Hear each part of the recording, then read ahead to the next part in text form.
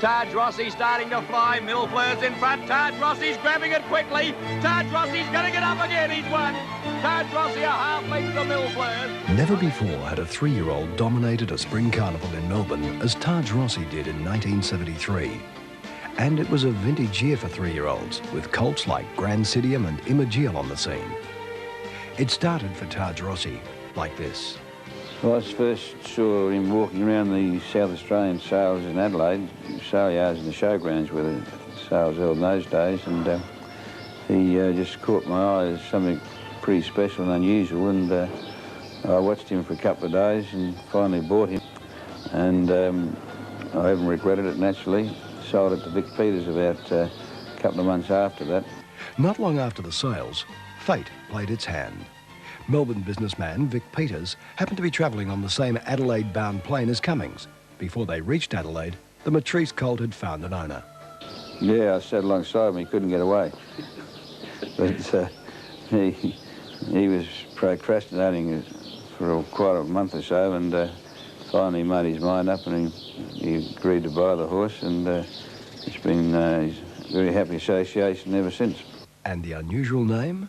Now, Taj Rossi was out of Dark Queen by Coronation Boy. Consequently, he had a royal line.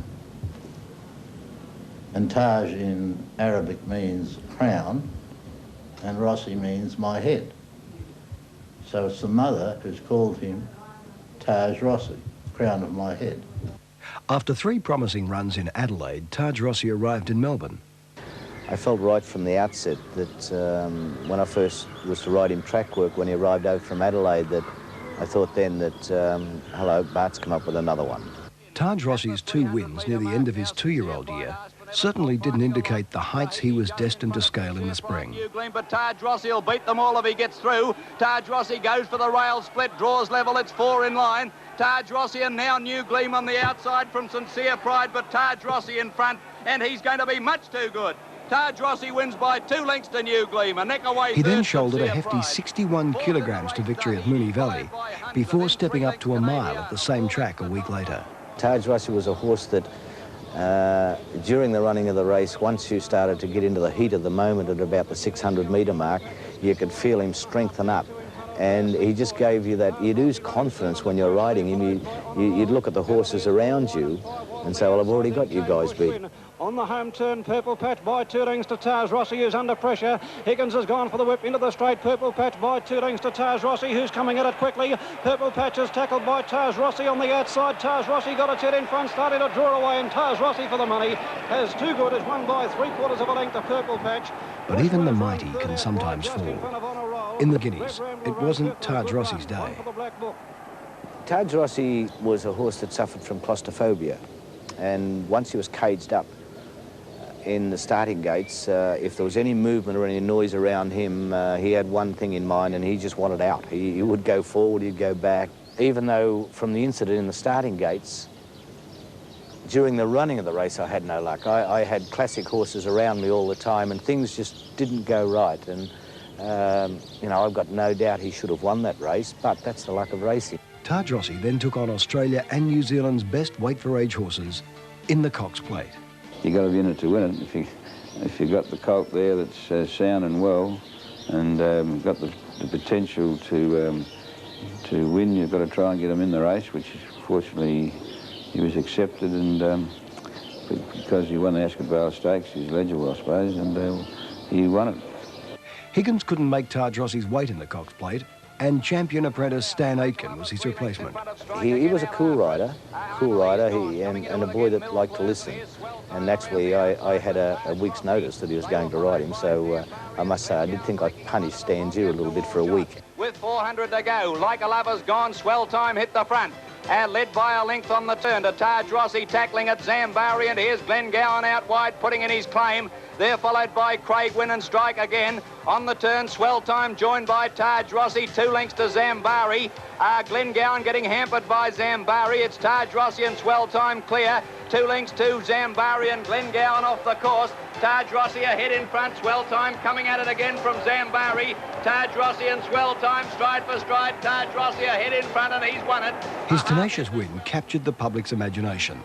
However, Cummings and Higgins disagreed about his Derby chances. The horse just couldn't stay. He wasn't a 2,500 metre horse by no means, but his superior ability at set weights against his own age, it panned out right on the day. Even though I had a very, very rough run in the race, he was still capable of winning. He was a mile and a half horse, all right.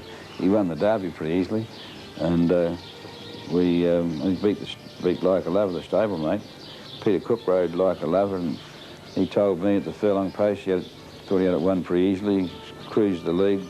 He put 2 lengths to him very quickly, and he just sort of coasted the line, and Taj Rossi came from second last at the 600 metre mark, turning into the straight. Taj Rossi second last with Bushwin.